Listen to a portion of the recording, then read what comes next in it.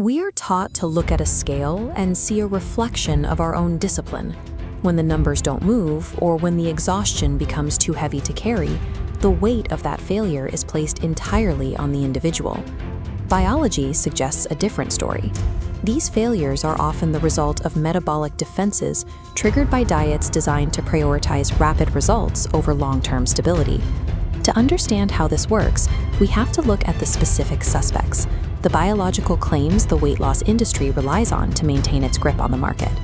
There is a clear financial incentive for this cycle. A diet that works permanently ends the customer's need to buy the next program, the next supplement, or the next meal plan. This business structure creates a loop where the product's success is actually measured by the customer's eventual return, effectively turning restrictive eating into a recurring revenue stream. The first suspect is the most common rule in nutrition, that skipping breakfast ruins your metabolism or stunts your focus. It is a mandate that feels like medical law. This rule has its roots in the late 1800s with John Harvey Kellogg. He pushed the importance of a morning meal, specifically to drive cereal sales, a marketing strategy that was eventually adopted across the entire food industry. The human body runs on energy accumulated from food consumed over time.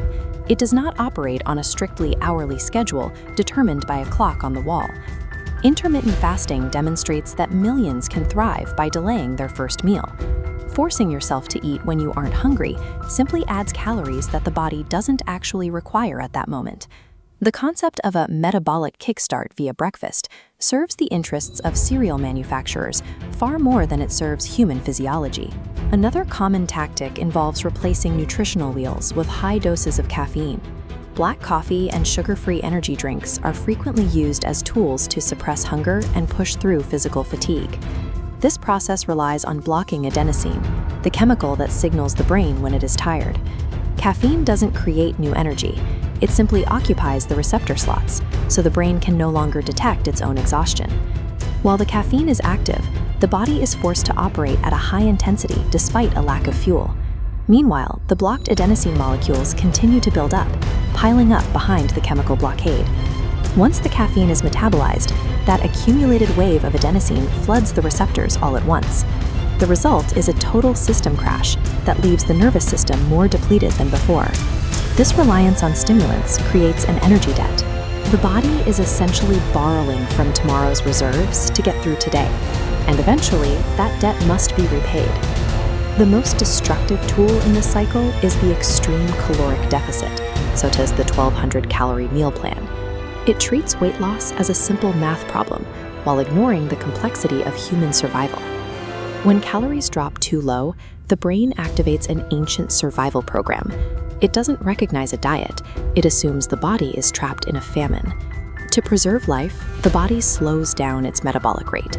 It begins burning fewer calories to keep vital organs functioning, and it may even break down muscle tissue for energy instead of body fat. This leads to a temporary drop in weight, but it leaves the individual with a significantly slower metabolism. When they inevitably return to a normal eating pattern, the body stores the incoming energy more efficiently, often leading to rapid fat regain. This metabolic adaptation ensures a permanent biological problem. It guarantees the customer will feel broken enough to seek out a new program within a few months. Then there are detox teas and juice cleanses. These products are often promoted as a way to flush toxins and target belly fat in a matter of days. In reality, the liver and kidneys handle detoxification constantly. If these organs were actually failing to remove toxins, the solution would be medical intervention, not a supplement. Most of these products rely on aggressive laxatives and diuretics. This is a modern iteration of the vintage liver pill refs, repackaging old methods under new wellness branding. The sudden weight loss seen on the scale is almost exclusively water weight and the emptying of the digestive tract. It provides the illusion of fat loss without changing body composition. These cleanses effectively trade long-term hydration and digestive health for a temporary, deceptive number on a scale. When viewed together, these trends reveal a pattern of marketing prioritized over biology. They are designed to exploit the gap between how our bodies work and how we wish they worked. Understanding the science behind metabolic adaptation provides a path out of the cycle. It allows a shift away from fighting your own anatomy. Stepping off this loop requires a rejection of the quick fix in favor of working with the body's natural requirements. If this look at the evidence was helpful, please subscribe and share this with someone who needs to see the reality behind the diet trap. Let me know in the comments which of these metabolic suspects you've encountered before.